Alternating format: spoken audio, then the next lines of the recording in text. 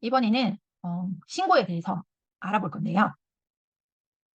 이 신고 내용은 어 앞서 말씀드린 열거되어 있는 소득 중에 사업 소득에만 국한된다고 보시면 됩니다. 추직 신고 그리고 기존 신고 두 개 유형으로 나눠서 볼 수 있는데요. 추직 신고라는 것은 추정해서 계산해서 신고한다는 말이고요. 기장 신고는 기록에 의해 신고를 한다는 얘기입니다. 여기에서 이제 기준 경비율이라는 말이 나오는데요. 기준 경비율 그리고 단순 경비율이란 말이 나오죠. 혹시 여러분들 이 기준 경비율이나 단순 경비율이라는 용어를 한 번이라도 들어보신 적이 있으시다면 채팅창에 6번 남겨주시겠어요? 아, 들어보셨군요. 그래서 예를 들어 뭐 작은 들어보신 분들도 계시고 또 처음 들어보신 분들도 계시고 맞습니다. 그러면 한번 알아보도록 할게요.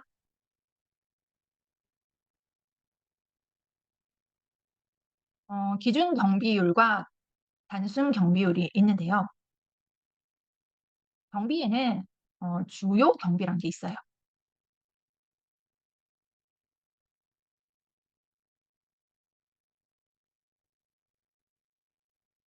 세법에서 정해진 주요 경비라는 게 있는데요. 이 주요 경비에는 매출 원가, 또 인건비, 임차료, 그다음에 이 세 가지 매출 원가, 임차료, 그리고 인건비를 주요 경비라고 하고요. 그 외 나머지를 경 나머지 경비를 얘기합니다. 그렇다면은 이 주요 경비와 그 밖에 그 외 나머지 경비를 뜻하는데 단순 경비율 같은 경우에는 이 주요 경비와 그 나머지 경비를 모두 포함해서 단순 경비율이라고 해요.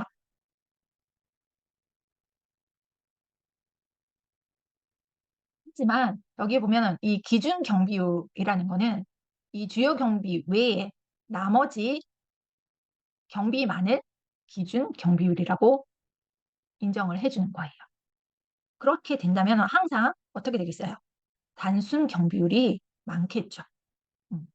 하지만 우리가 이 기준 경비율과 단순 경비율을 마음대로 고를 수가 있을까요? 그렇다면 좋겠지만 나라에서 수익 금액을 기준으로 결정이 되어서 나와요. 그러니까 저희가 이 기준 경비율이나 단순 경비율을 선택할 수는 없어요.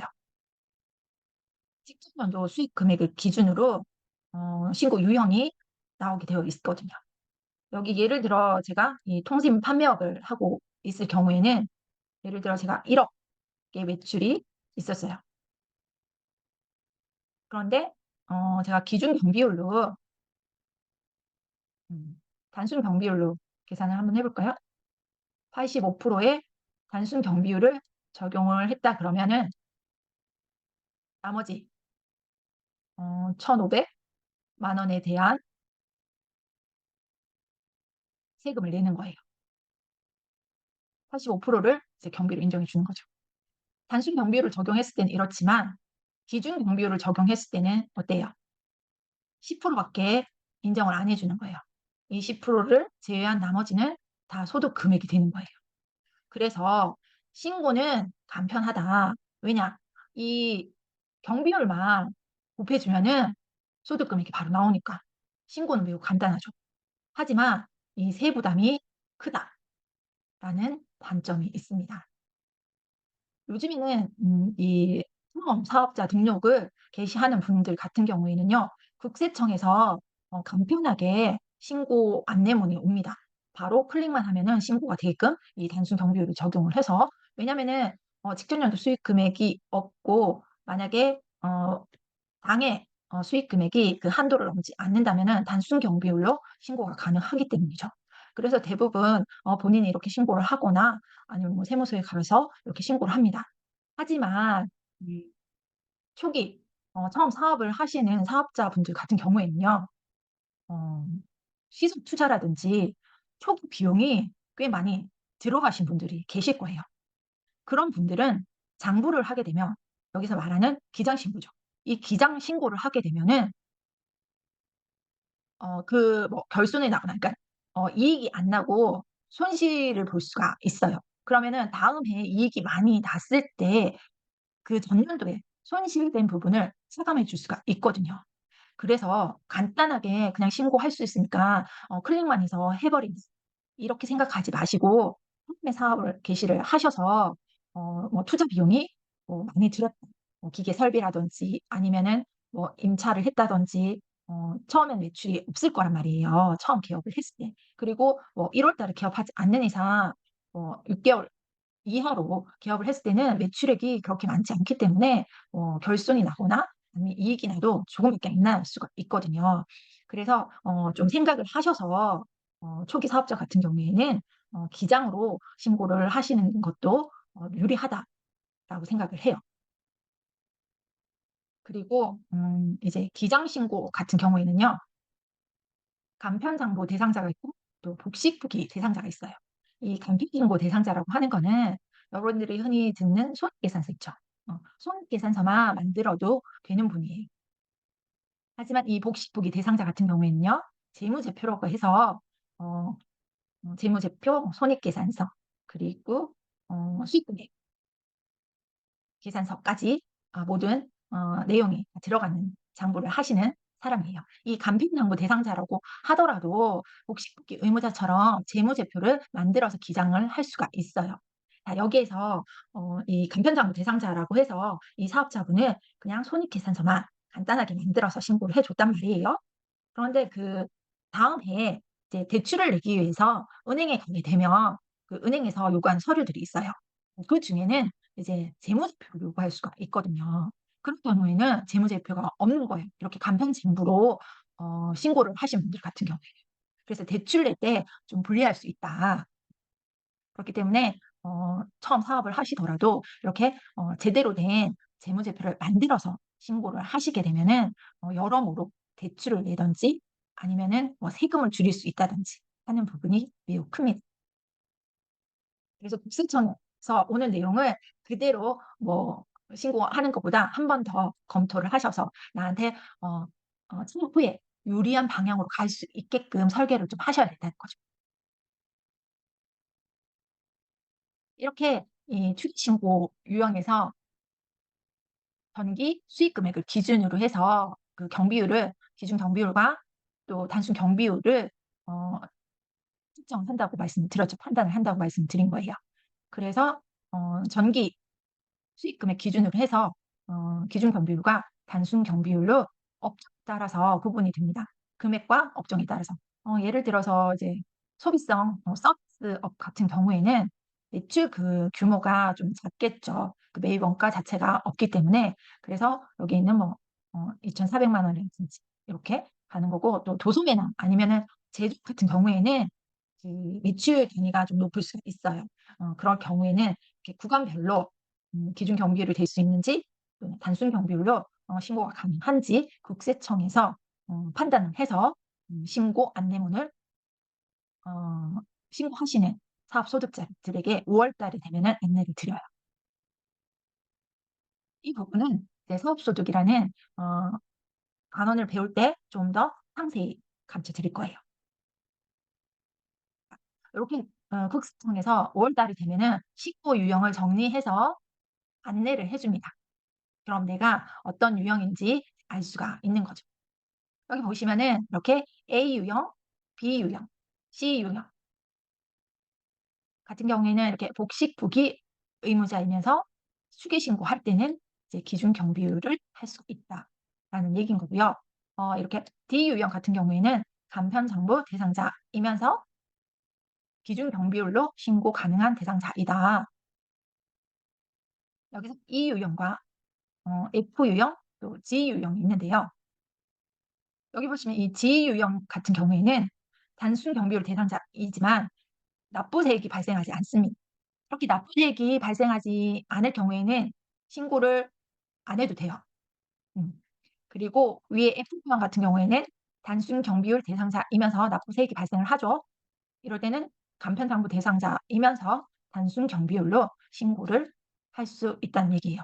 저희가 혹시 그 뭐 3.3% 3.3 신고 서비스라는 얘기 좀 많이 들어보셨나요? 그곳에서 하는 업무가 바로 이 F 유형의 단순 경비율 대상자들을 대상으로 이제 환급을 해 주겠다고 이제 연락이 오는 부분인 거예요. 왜냐하면은 이런 분들을 제가 말씀드린 것처럼 이 손익계산서, 그러니까 간편장부로 기장을 했을 경우에는 환급이 발생을 할 수가 있는 거죠. 어 그래서 3.3% 라는 3.3 이라는 그 업체에서 연락이 오는 내용이 요 F 유형이다라고 보시면 돼요. 그리고 여기 보시면은 이 성실신고 사전 안내자와 여기 성실신고 대상자라고 있는데요. 이 S 유형과 I 유형은 다릅니다. 여기 성실이라는 말이 똑같이 붙었죠. 하지만 달라요. 무엇이 다르냐? 이 성실신고 대상자 같은 경우에는 종합소득 수익 금액이 일정 금액 이상, 그러니까 소득이 많은 분들 를 대상으로 신고를 하는 거고 6월 달에 신고를 합니다, 이분들은.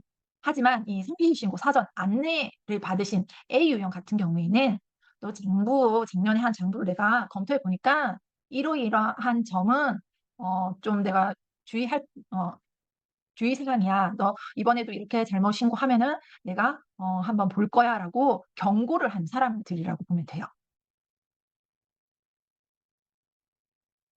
그래서 세무서에 만약에 내가 종합소득 대상자이다. 뭐 사업소득도 있고 근로소득도 있고 또 뭐 다른 사업소득이 또 있다. 여러 가지 사업소득이 있다 할 때는 이렇게 세무서에서 안내문이 옵니다. 그리고 아래 보시면은 이렇게 수익 금액이 각각의 수익 금액이 나타나는 내용을 전달을 해줄 거예요.